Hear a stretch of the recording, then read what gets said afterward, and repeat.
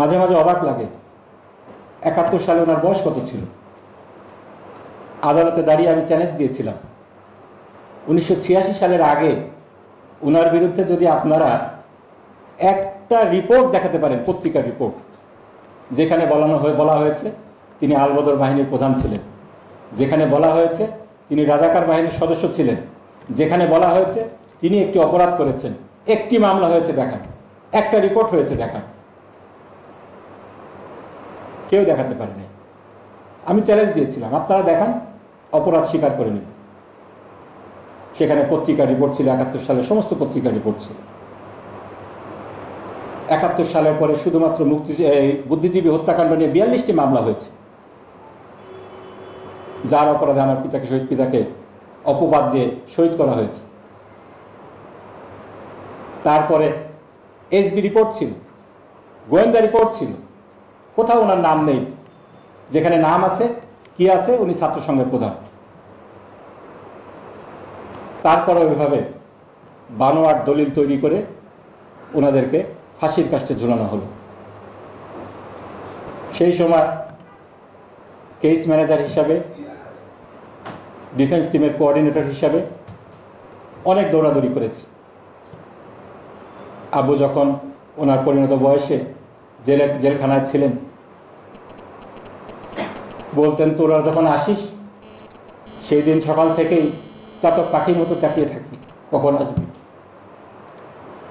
ওনার কারাগারের স্মৃতির বইটাতে যখন এখন পড়ি মাঝে মাঝে, দেখি প্রতিদিন যে দিনগুলোতে আমি যেতে পারি নাই সেদিনগুলো উনি উল্লেখ করেছেন, আজকে তো মোমেন আসতে পারলো না। এখন মনে হয় এত দৌড়াদৌড়ি কেন করেছিলাম। সেই দিনগুলোতে আব্বুকে যদি আরেকটু বেশি সময় দিতাম, আরেকটু যদি পাশে থাকতে পারতাম, তাহলে হয়তো ভালো হতো। এই বৃদ্ধ মানুষগুলাকে, আব্বুকে রাত্রেবেলা সেই চিটাগাঙে নিয়ে যেত, চিটাগাঙে সারাদিন কেস চলতো, রাত্রেবেলা আবার নিয়ে এসে সকালবেলা ঢাকার ট্রাইব্যুনালে মামলাতে উপস্থিত করা হতো। ওনার পিঠে ব্যথা ছিল, বারবার আমরা বলার পরেও এইগুলোর কোনো সুরাহা হয়নি। ইচ্ছা করে তারা কষ্ট দিত।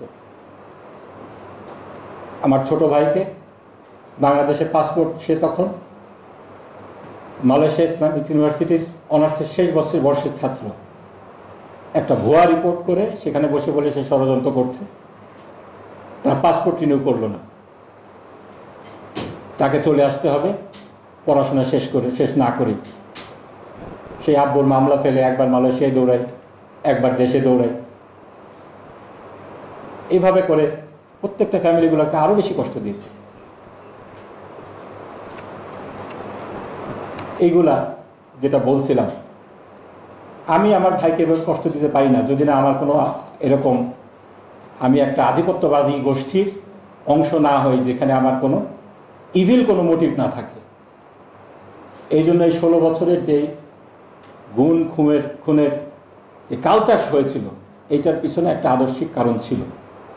প্রিয় ছাত্র ভাইয়েরা, তোমরা সবাই ছাত্রছাত্রীরা অত্যন্ত মেধাবী, তোমাদেরকে এইগুলো নিয়ে কাজ করতে হবে। এইগুলা নিয়ে মানুষের সামনে এই ষড়যন্ত্রগুলোকে ফুটিয়ে তুলতে হবে। কিভাবে একটি জাতিগোষ্ঠীকে শেষ করে দেওয়ার জন্য আধিপত্যবাদী গোষ্ঠী কাজ করে যাচ্ছে, এই যে প্যাটার্নগুলো তারা অনুসরণ করেছে, এটা কিন্তু ওই বাংলাদেশের জন্য ইউনিক না। এই একই প্যাটার্ন কাশ্মীরে দেখা যাবে, এই একই প্যাটার্ন ফিলিস্তিনে দেখা যাবে। যে দেশের একটা হোমোজেনিয়াস নেশন আমরা, অধিকাংশ ম্যাক্সিমাম মানে ওভারওয়েলমিং মেজরিটি আমরা কি বাঙালি, সেখানে তো এটা হতে পারে না, এখানে এটা কেন হলো? এই প্রশ্নটা আমাদেরকে বারংবার করতে হবে। কিভাবে হলো, কেন হলো, এটাকে কিভাবে প্রতিরোধ করা যায়, এটা আমাদেরকে খুঁজে বের করতে হবে।